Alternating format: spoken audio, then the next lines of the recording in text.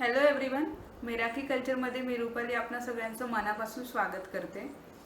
खवय्ये यांना गोड पदार्थ कुठलाही असो तो आवडतोच आणि त्यातल्या त्यात रसमलाई म्हटलं की तो अगदीच जिव्हाळ्याचा भाग.